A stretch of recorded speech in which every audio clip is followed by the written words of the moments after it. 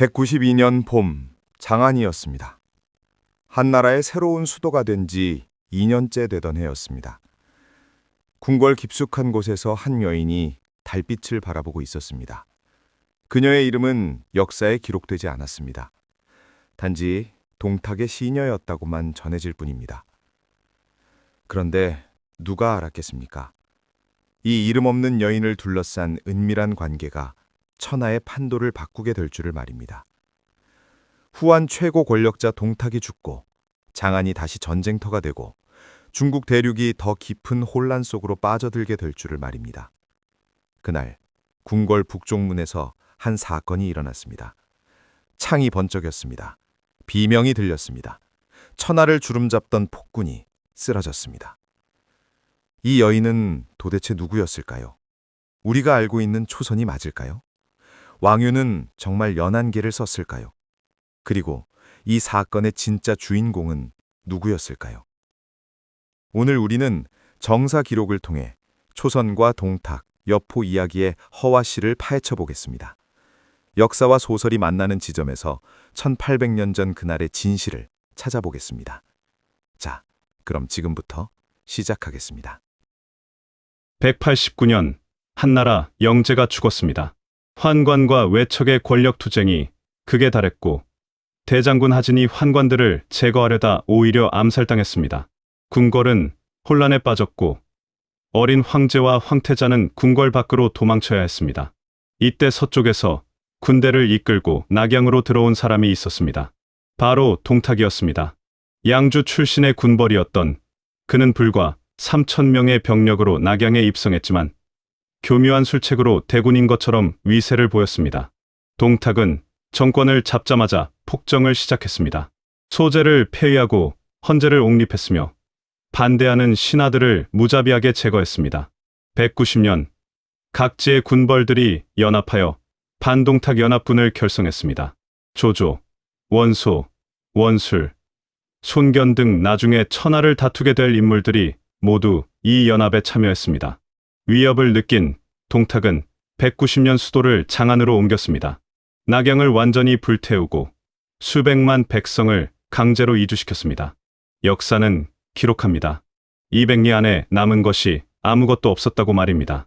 장안으로 들어간 동탁은 더욱 포악해졌습니다. 스스로를 태사라 칭하고 황제에 준하는 의장과 복식을 사용했습니다. 동생과 조카들에게 고위 관직을 나눠주었고 자신의 가족은 어린아이라도 모두 벼슬을 받았습니다. 바로 이런 시대였습니다. 192년 봄, 우리 이야기가 시작되는 바로 그 시기가 말입니다. 동탁은 139년에 태어났습니다. 양주 농서군 출신으로 젊었을 때부터 호방한 성격이었다고 전해집니다. 완력이 뛰어나 두 개의 활통을 몸에 차고 말을 타면서 양손으로 활을 쏠 수 있었다고 합니다. 강족 지역을 방랑하며 유력자들과 친분을 쌓았고 전공을 세우면 포상금을 모두 부하들에게 나눠주며 인심을 얻었습니다. 이런 면모만 보면 능력 있는 장수처럼 보입니다. 하지만 정권을 잡은 뒤에 동탁은 달랐습니다. 거칠고 포악했으며 화가 나면 뒤실을 생각하지 않았습니다. 진수는 평했습니다. 역사를 기록한 이래 이와 같은 자는 없었다고 말입니다. 동탁의 폭정은 구체적이었습니다. 마음에 들지 않는 신하를 즉석에서 죽였고 반대하는 이들을 잔혹하게 처형했습니다. 낙양천도 당시에는 홍농왕을 독살했으며 반대 의견을 낸 태위와 사도를 내쳤습니다. 그는 자신을 보호하기 위해 항상 강력한 경호를 대동했습니다. 그 경호의 핵심이 바로 여포였습니다. 여포는 병주 출신이었습니다. 정확한 출생 연도는 알려지지 않았지만 젊었을 때부터 무예가 뛰어났다고 전해집니다. 당대 사람들은 그를 한나라 명장 이광에 비유하며 비장이라 불렀습니다. 처음에는 병주자사 정원의 부하였습니다. 정원은 그를 주부로 삼고 가까이 대했습니다. 189년 정원이 낙양으로 불려가 집금호가 되었고 여포도 함께 낙양에 갔습니다. 이때 동탁이 정원의 군대를 탐냈습니다. 여포를 회유했고 결국 여포는 자신의 상관인 정원을 죽이고 동탁에게 투항했습니다. 기도 위에 올랐고 동탁의 양아들이 될 정도로 깊은 신임을 받았습니다. 진수는 여포를 이렇게 평가했습니다. 호랑이와 같이 용맹스러워서 홀로 싸움에 당할 자가 없었으나 모략이 없고 천박교활하며 오직 이익만을 바라보며 이를 도모한다. 무력은 뛰어났지만 인간성에는 문제가 있었다는 것입니다. 실제로 여포의 삶은 배신의 연속이었습니다. 정원을 배신했고 나중에는 동탁도 배신했으며 그 이후로도 여러 주군을 배신하며 살았습니다. 하지만 이 시점의 여포는 아직 동탁의 충실한 경호대장이었습니다. 반동탁 연합군이 일어났을 때도 손견이 낙양으로 쳐들어왔을 때도 여포는 동탁을 지켰습니다. 그런 여포가 왜 동탁을 배신했을까요? 그 이유를 이해하려면 동탁과 여포의 관계를 더 깊이 들여다봐야 합니다. 왕유는 137년에 태어났습니다.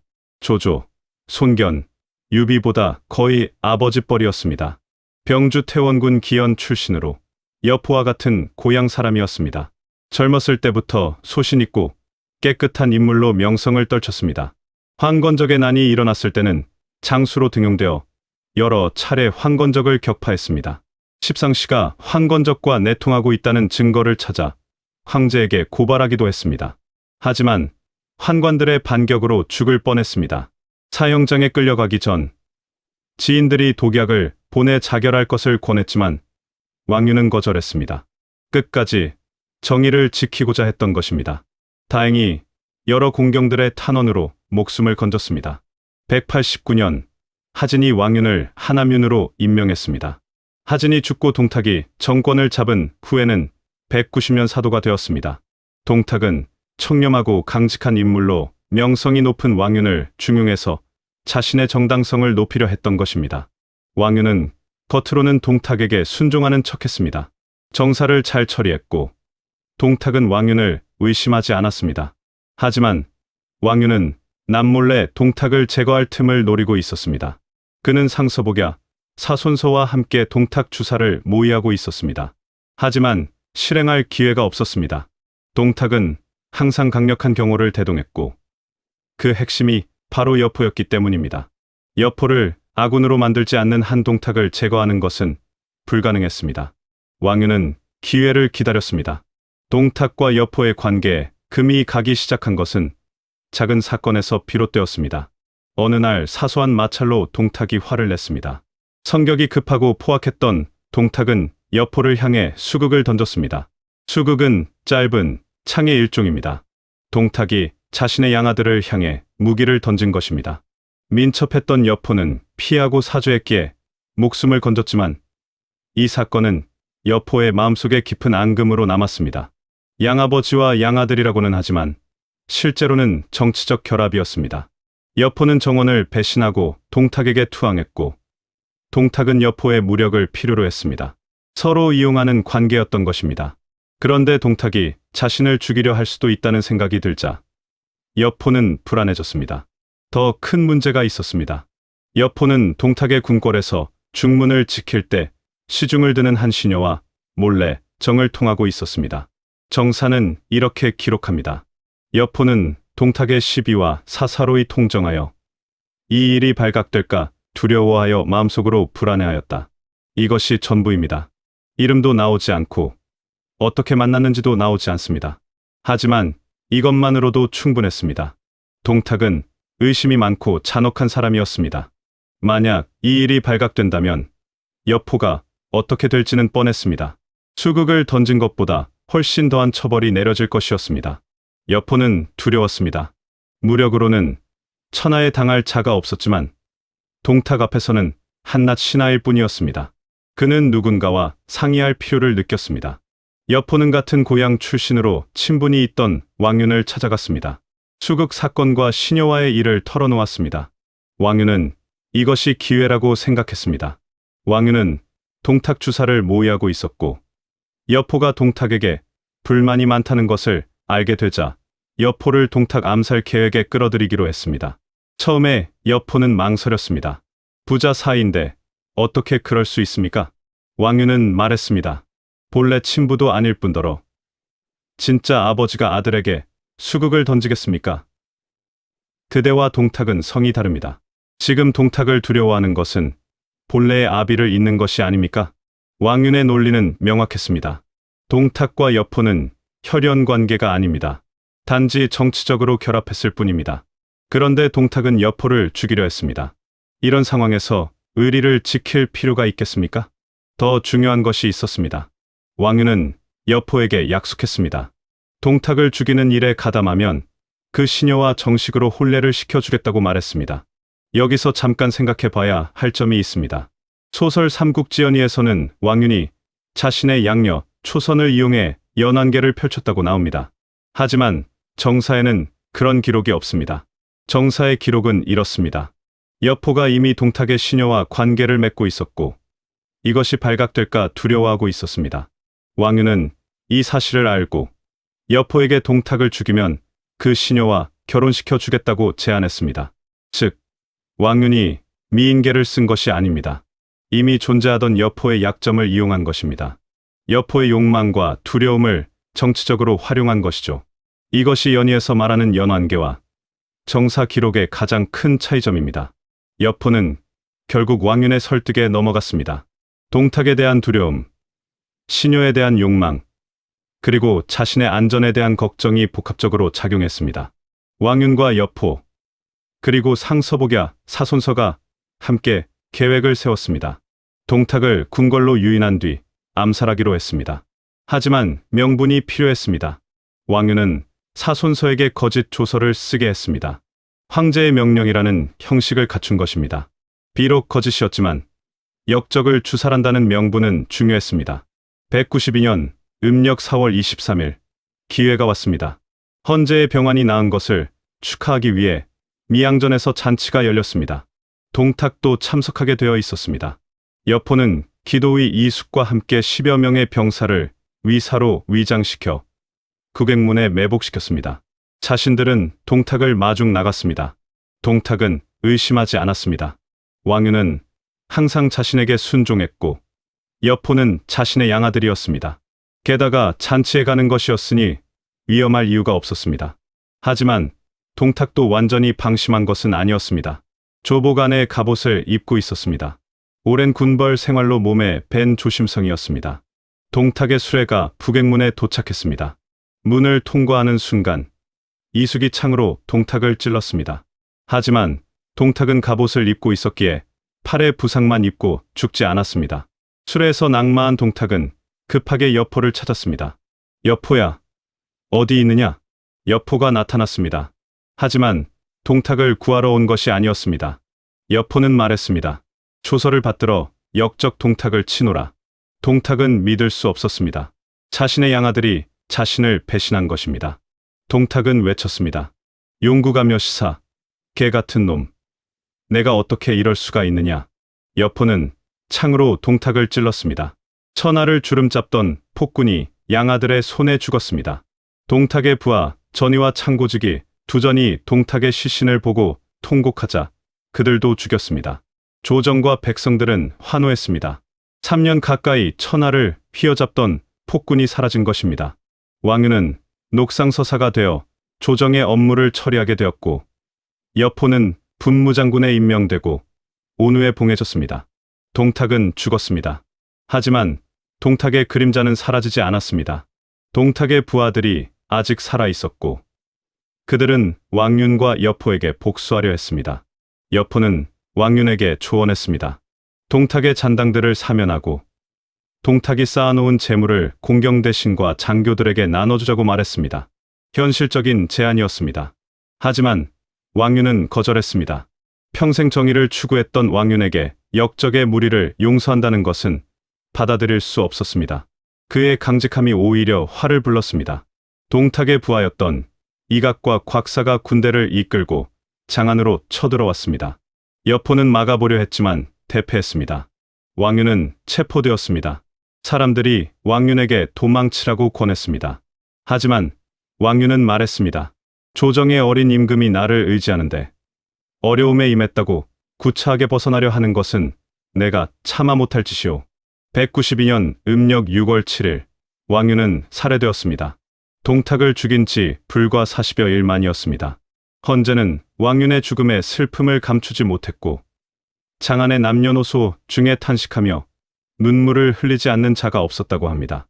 여포도 장안에서 쫓겨났습니다. 이후 여러 군벌을 떠돌다가 198년 조조에게 잡혀 처형되었습니다. 마지막 순간 조조는 여포를 살릴까 망설였지만 유비가 말했습니다. 공께서는 여포가 정원과 동탁을 섬기던 일을 보지 못하셨습니까? 여포는 유비를 손가락질하며 외쳤습니다. 저 귀 큰 아이가 가장 믿지 못할 놈이다. 하지만 이미 늦었습니다. 여포는 교수형에 처해졌습니다. 동탁이 죽은 후아는 더 깊은 혼란에 빠졌습니다. 왕윤의 실책으로 이각과 곽사가 장안을 장악했고 헌제는 다시 군벌의 소나기에 들어갔습니다. 196년 조조가 헌제를 허창으로 맞이하면서 상황이 조금 안정되었지만 이미 천하는 여러 군벌로 나뉘어 있었습니다.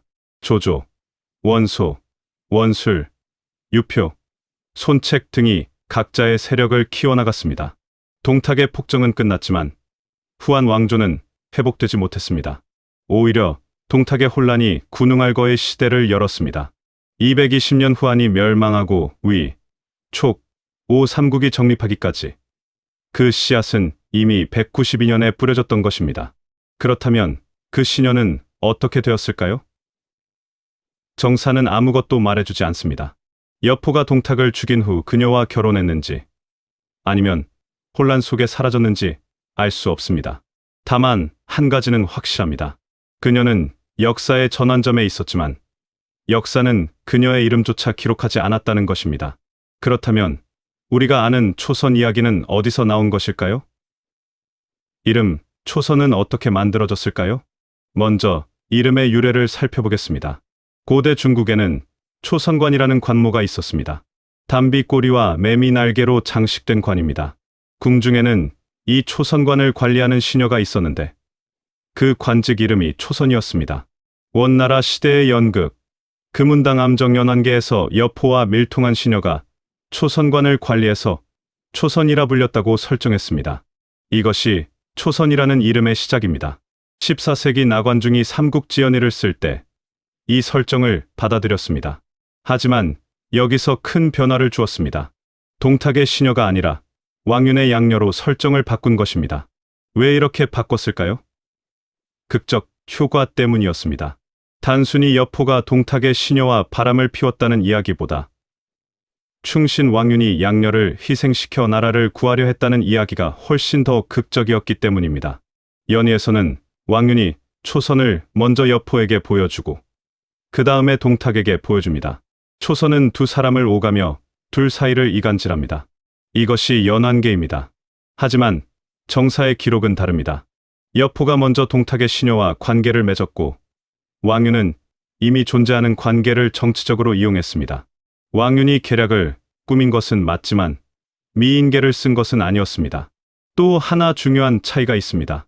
연희에서는 초선이 나라를 위해 자신을 희생하는 충의지사로 그려집니다. 10,000번 죽어도 사양하지 않겠다고 말하는 영웅적인 여성입니다. 하지만 정사의 시녀는 달랐을 것입니다. 그녀는 자신의 선택으로 여포와 관계를 맺었고 그것이 정치적 사건이 될 줄은 몰랐을 것입니다. 그녀는 역사의 주체가 아니라 희생자였을 가능성이 큽니다. 초선은 중국 4대 미녀 중 하나로 불립니다. 서씨, 왕소군, 양귀비와 함께 말입니다. 하지만 다른 세 사람은 모두 실존 인물입니다. 초선만 유일하게 가공의 인물입니다. 그런데도 초선은 1700년 동안 사람들의 사랑을 받아왔습니다. 수많은 시와 그림의 주인공이 되었고 연극과 소설의 중심인물이 되었습니다. 왜 그랬을까요? 아마도 초선 이야기가 가진 상징성 때문일 것입니다. 나약한 여인이 강력한 폭군을 무너뜨린다는 이야기, 미무가 무력을 이긴다는 이야기, 지혜로운 계략이 폭력을 제압한다는 이야기. 이것이 사람들에게 희망을 주었을 것입니다. 하지만 정사의 기록은 더 복잡한 진실을 보여줍니다. 동탁을 죽인 것은 초선이 아니라 여러 요인의 복합이었습니다. 여포의 두려움, 왕윤의 정치적 야망, 동탁의 포악함, 그리고 시대적 혼란이 모두 작용했습니다. 한 명의 이름 없는 시녀가 있었습니다. 그녀는 여포와 사랑에 빠졌는지 아니면 어쩔 수 없이 관계를 맺었는지 알 수 없습니다. 그녀가 정치적 음모를 알고 있었는지 아니면 끝까지 몰랐는지도 알 수 없습니다. 역사는 그녀의 이름을 기록하지 않았지만 문학은 그녀에게 초선이라는 이름을 주었고 충의지사라는 지위를 주었으며 영원한 아름다움을 주었습니다. 어쩌면 이것이 역사와 문학의 차이일 것입니다. 역사는 사실을 기록하지만 문학은 의미를 부여합니다. 역사는 냉정하지만 문학은 따뜻합니다. 우리는 정사의 냉정한 기록을 통해 사실을 배웁니다.